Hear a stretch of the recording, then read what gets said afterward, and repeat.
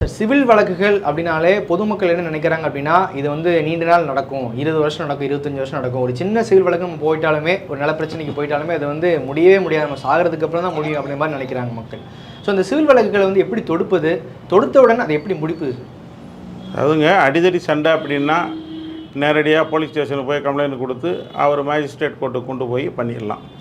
மற்றபடியான அனைத்து உரிமையியல் வழக்குகள் சிவில் அப்படின்னொன்னே நிறைய பேர் சில பேருக்கு சிவில்னா என்னென்னு தெரியாமல் இருக்கலாம். ஆனால் பெரும்பாலும் போன இடத்துல இப்போ பஸ்ஸெல்லாம் தமிழ் ஆகி பல வருஷங்கள் ஆயிடுச்சு. அது மாதிரி சிவில்னாலே மக்களுக்கு தெரியும். இருந்தாலும் சொல்லுகிறோம் உரிமையியல் வழக்குகள்.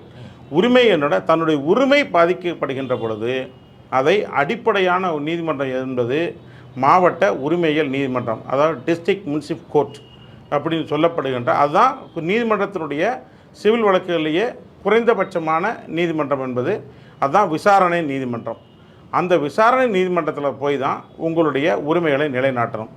பொதுவாக உயர்நீதிமன்றத்தினுடைய நீதிபதியாக இருந்த ஜஸ்டிஸ் சம்பத் அவர்கள் ஒரு 2வது மேல்முறையீடு வழக்குகள் வந்த பொழுது அவர் எப்பயும் கேட்குற முதல் கேள்வி, யாராவது வழக்கு தொடுத்தவர்கள் உயிரோடு இருக்கிறார்களா என்று சொல்வார். ஏனென்றால் பெரும்பாலான 2ஆம் மேல்முறையீடு வழக்குக்கு வருகின்ற பொழுது வாரிசுதாரர்கள் தான் இருப்பார்களே ஒழிய உரிமையியல் வழக்கை தொடுத்தவர் பெரும்பாலும் இருக்க மாட்டார், அவர் இறந்து போயிருப்பார் என்று மக்களிடம் இந்த ஃபெட்டப் என்று சொல்லப்படுகின்ற இந்த கோபமும் வெறுப்பும் உயர்நீதிமன்றத்தில் இல்லை உச்சநீதிமன்றத்தில் இல்லை எந்த சிவில் வழக்காக இருந்தாலும் பல ஆண்டுகள் ஆகிறது. நீங்களே அறிமுகத்தில் சொன்னது போல் பல வருஷங்கள் ஆகுது, 20 வருஷம் ஆகும், 25 வருஷம் ஆகும் அப்படின்ட்டு. ஆனால் இன்றைக்கு நிலைமை சற்று மாறி இருக்கிறது. ஆனால் என்கிட்ட கூட ஒரு 22க்கு 2006 வழக்கு இன்னும் நிலுவையில் இருக்குது. இப்போ 96லேருந்து இன்ன வரைக்கும் நிலுவையில் இருக்குது. பூந்தமல்லி நீதிமன்றத்தில் நடந்து கொண்டு தான் இருக்குது. 96 வழக்கு 22க்கு 2006 மாறி இன்றைய வரைக்கும் நடந்து கொண்டு இருக்குது. ஆனால் 96 வழக்கு அது ஒரு வழக்கு தான். ஆனால் பெரும்பாலான இப்பொழுது இருக்கின்ற வழக்குகள் இப்பொழுது மாவட்ட அளவிலேயே தாலுகா நீதிமன்றங்கள் இப்போ சோழிங்கநல்லூரில் தொடங்கியிருக்காங்க, மாதவரத்தில் தொடங்கியிருக்காங்க, மேடவாக்கத்தில் தொடங்கியிருக்காங்க. எல்லாமே டிஸ்ட்ரிக்ட் கம் முனிசிப் கோர்ட்டு தான். சிவில் வழக்குகளை விரைந்து முடிக்கணுன்றதுக்காகத்தான். அப்போ எண்ணிக்கை குறைவாக இருந்தது, நீதிமன்றங்கள் எண்ணிக்கை, மக்கள் தொகை அதிகமாக இருந்தது, பிரச்சனைகளும் அதிகமாக இருந்தது. இப்பொழுது வேண்டிய அளவிற்குமான நீதிமன்றங்கள் இப்பொழுது நிறைய வந்திருக்கிறது. அதே போல் டார்கெட் என்று சொல்லப்படுகிறார், ஒவ்வொரு மாதமும் ஒரு நீதிபதி இத்தனை வழக்குகளை முடித்து கொடுக்க வேண்டும் என்கின்ற அந்த விஷயமும் கொடுத்துருக்காங்க. இப்பொழுது 40 வழக்குகளை ஒரு நீதிபதி முடிக்க வேண்டும் மாதத்தில் அப்படின்னு சொல்லி கொண்டு வந்திருக்கிறாங்க.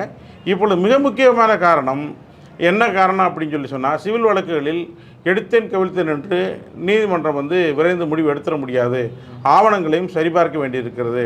இப்போ அதில் நிறைய நான் வழக்கறிஞர் மொழியை சொல்லிக்கொண்டே போனால் நிறைய விஷயங்கள் சொல்லணும். ஆனால் பொதுமக்களுக்கு சுருக்கமாக சொல்வது என்னவென்றால், ஒரு நேரத்தில் என்ன பண்ணுறேன்னா, இப்போ வழக்கு தொடுத்தவர்களை யார் அதை வழக்கை நீட்டிக்க வேண்டும் என்று நினைக்கிறார்களோ அவர்கள் தொடர்ந்து ஏதாவது ஒரு காரணத்தை சொல்லி ஒரு மனுவை போடுறது, அந்த மனுவின் மேலே திருப்பி பதில் சொல்ல சொல்கிறது, அந்த மனுவின் மேலே திருப்பி இறுதி விசாரணைக்கு முன்பாக நீதிமன்ற தீர்ப்பு முடிஞ்சோடனே அதை விட்டுட்டு எனக்கு சரியில்லை அப்படின்னு சொல்லிட்டு உயர்நீதிமன்றத்திற்கு மேல்முறையீடு போகிறது. அந்த மேல்முறையீடு போகிற வரைக்கும் இந்த கீழே நடக்கிற இந்த உரிமையியல் நீதிமன்ற வழக்கை நிறுத்தி வைங்க அப்படின்னு சொல்லி உயர்நீதிமன்றம் ஸ்டே கொடுத்துடுறது. இது மாதிரியான பல்வேறு காரணங்கள். வழக்கறிஞர் ஒரு நாளைக்கு அதை ஏதோ இழுக்கணும்னு நினைக்கிறாங்க இல்லையா, நீட்டிக்கணும்னு நினைக்கிற வழக்கறிஞர் ஏதாவது ஒரு காரணம் சொல்லி எனக்கு உடம்பு சரியில்லை அப்படிம்பாரு, வாய்தா போடுவாங்க. இல்லை நீதிமன்றம் இப்போது அன்றைக்கி ஏதாவது ஒரு காரணம் ஜட்ஜி லீவாக போயிடுவார், இல்லாட்டி அதர் சைடு கவுன்சில் வர மாட்டாங்க, விசாரணைக்கு வர்ற அன்றைக்கி யார் சாட்சி சொல்ல வேண்டியவங்க அன்றைக்கி உடம்பு சரியில்லை வர முடியல அப்படின்னு சொல்லிவிடுவாங்க. இந்த மாதிரி பல்வேறு காரணங்கள் இருக்கிறது.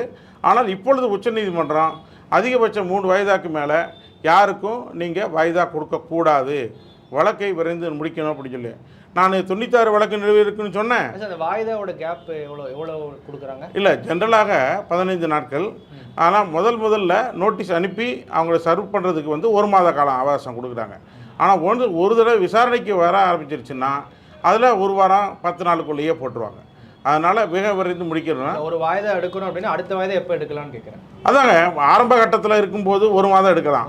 அதுக்கப்புறம் விசாரணைக்கு வர ஆரம்பிச்சிருச்சுன்னா 1 வாரம் 10 நாள் தான், அதுக்கு மேலே கிடையாது, அதுக்கு மேலே கொடுக்க மாட்டாங்க. இப்போது அதனால தான் இப்போ விரைந்து வேகமாக வழக்குகள் நடைமுறைக்கும் வேகமாக நடந்து கொண்டிருக்கிறது. பல்வேறு காரணங்கள் இருக்கிறது. ஆனால் இப்பொழுது உடனே வெளிநாட்டை காரணம் கட்டுவாங்க. வெளிநாட்டில் அந்த ஸ்பாட்லேயே அவங்க இது பண்ணி கொடுத்தலாம், இமெயிலில் அக்செப்ட் பண்ணிக்கலாம் அப்படின்னு சொல்லிட்டு இப்பொழுது தான் நம்ம ஃபைலிங் அப்படின்னு சொல்லி சொல்லப்படுகின்ற இணையதளம் வழியாக நீங்கள் வழக்குகளை தாக்கல் செய்யலாம். ஆனால் அதுலேயும் நிறைய பிரச்சனைகள் இருக்குது. அங்கே இணையதளம் எல்லாம் எந்த பிரச்சனையும் இல்லாமல் ஈஸியாக நடக்குது, அதனால் விரைந்து நடக்குது. ஆனால் இங்கே நாங்களே இப்போ இணையதளத்தை ஏற்கனவே கொண்டு வந்தாங்க, இப்போ 3ஆம் தேதி வரைக்கும் நிறுத்தி வச்சுருக்காங்க.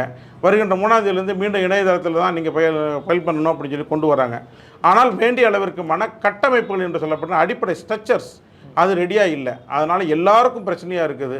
அது இனிமேல் ஃபைலிங்கும் வர்றதுனால விரைவாக வழக்கல் முடிவதற்கான எல்லா வாய்ப்புகளும் இருக்கிறது. அதனால் நீதிமன்றத்தினுடைய மீது இருக்கின்ற நம்பிக்கையை பொதுமக்கள் இழக்க வேண்டியதில்லை. விரைந்து உங்களுக்கு நல்ல தீர்ப்புகள் வரும், நியாயம் ஜெயிக்கும். நீதிமன்றத்தின் மீது நம்பிக்கை வையுங்கள். கண்டிப்பாக 3வது தூணாக இருக்கின்ற நீதிமன்றம் உங்களுக்கான நிவாரணங்களை கண்டிப்பாக தரும் என்று நம்பிக்கையோடு நிறைவு செய்கிறேன்.